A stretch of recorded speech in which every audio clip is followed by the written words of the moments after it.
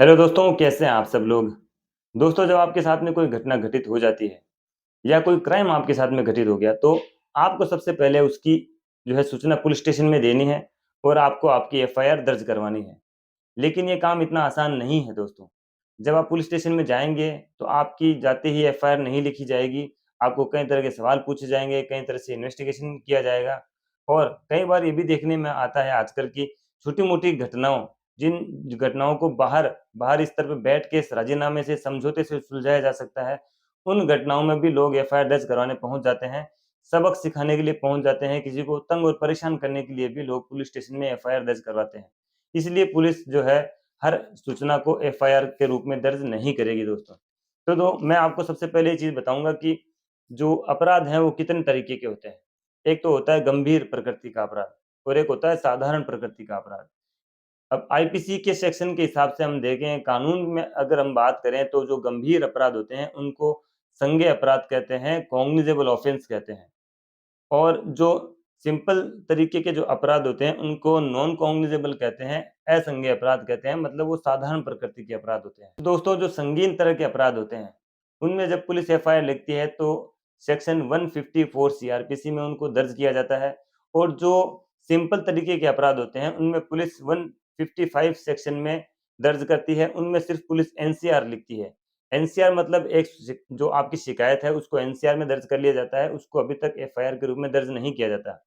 तो दोस्तों, जब संगीन मामला हो जाता है तो पुलिस को एफआईआर लिखनी पड़ती है, क्योंकि इस तरह के संगीन मामलों में अगर पुलिस एफआईआर लिखने में देरी करती है, तो जो अपराधी है वो अपनी जगह से भाग सकता है या जो उसमें गवाह हैं उनको ट्रैप कर सकता है, डरा धमका सकता है और जो सबूत इस मामले में हैं, उन सबूतों को मिटा सकता है। इसलिए जो संगीन तरह के अपराध होते हैं, जैसे कि चोरी, लूट, मर्डर या रेप, इस तरह के जो अपराध होते हैं, उनमें पुलिस जो है तुरंत एफआईआर दर्ज करती है और इन्वेस्टिगेशन करती है। और जो अ, साधारण प्रकृति के सिंपल तरीके के अपराध होते हैं, मारपीट के अपराध होते हैं, किसी को गाली देना, किसी को धक्का-मुक्की करना या फिर फ्रॉड के जो अपराध होते हैं, उस तरह के मामलों में पुलिस जो है इन्वेस्टिगेशन करने के बाद में जो है आपकी एफआईआर दर्ज करती है। तो दोस्तों, सबसे पहले अगर आपके साथ में कोई अपराध घटित हो जाता है, तो आपको पुलिस स्टेशन जाना चाहिए। चाहे आपका जो अपराध है, वो किसी भी प्रकृति का हो, आपको शायद नहीं पता होगा कि संज्ञेय अपराध है कि असंज्ञेय अपराध है, लेकिन जो अपराध आपके साथ में हो चुका है, जो घटना आपके साथ में हो चुकी है, उससे अगर आपका नुकसान हुआ हुआ है, चाहे वो किसी भी तरह का नुकसान हो, चाहे फिज़िकल आपके साथ में टॉर्चर हुआ हो या मारपीट अगर आपके साथ में किसी ने की है या फिर आपके साथ में कोई फ्रॉड हुआ हो या आपके किसी रिश्तेदार या आपके दोस्त या किसी के साथ भी इस तरह की घटना होती है, तो सबसे पहले आप पुलिस थाने जाइए। आप रिटन में रिपोर्ट लिख के लेके जा सकते हैं। अगर आपको लिखना नहीं आता है या आपको कानूनी भाषा लिखनी नहीं आती है, किस तरह से एफआईआर को लिखाया जाता है, तो आप पुलिस स्टेशन में जाके वहाँ पे जो भी अफ़सर होता है, वहाँ पे उनको अपनी बात बता के उनसे एफआईआर लिखवा सकते हैं। अगर वहाँ पे आपकी एफआईआर दर्ज नहीं होती है दोस्तों, तो आप जो है कंसर्न आपका सुपरिटेंडेंट ऑफ पुलिस होते हैं, जो एसपी साहब होते हैं, वहाँ पे आप शिकायत दर्ज करवा सकते हैं। जो एप्लीकेशन आपने पुलिस थाने में दी थी, उसी एप्लीकेशन को आप जो है अटैच करके और एक एप्लीकेशन बना सकते हैं कि मेरे साथ में इस तारीख को ये घटना घटित हो गई थी और मैं पुलिस स्टेशन गया था, लेकिन पुलिस में मेरी कोई सुनवाई नहीं हुई, उन्होंने मेरी कोई एफआईआर दर्ज नहीं की। तो संभवतः एसपी साहब आपकी एफआईआर दर्ज करने के लिए पुलिस थाने को आदेशित कर देंगे, तो वहाँ से आपकी एफआईआर दर्ज हो जाएगी। वैसे राजस्थान में अब ये कानून बना दिया गया है, ये सिस्टम बना दिया गया है कि अगर पुलिस स्टेशन में आपकी एफआईआर दर्ज नहीं होती है, तो आप एसपी साहब के सामने जाकर वहाँ पे एप्लीकेशन लगा के अपनी एफआईआर दर्ज करवाने के आदेश दिलवा सकते हैं।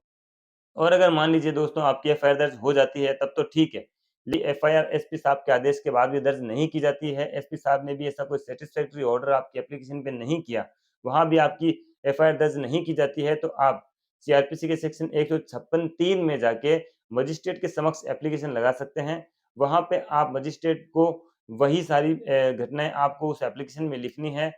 और अगर कोर्ट को आप सैटिस्फाइड करते हैं, कोर्ट को लगता है कि वास्तव में आपके साथ में ऐसा अपराध घटित हुआ है, तो पुलिस को निर्देशित करेगी। कोर्ट पुलिस को आदेश करेगी कि सो एंड सो व्यक्ति की एफआईआर को दर्ज किया जाए और वहाँ पे पुलिस को कोई दिमाग नहीं लगाना है। वहाँ पुलिस डायरेक्ट आपकी एफआईआर दर्ज करेगी, क्योंकि कोर्ट ने आदेश कर दिया है कि इस व्यक्ति की एफआईआर को दर्ज किया जाए।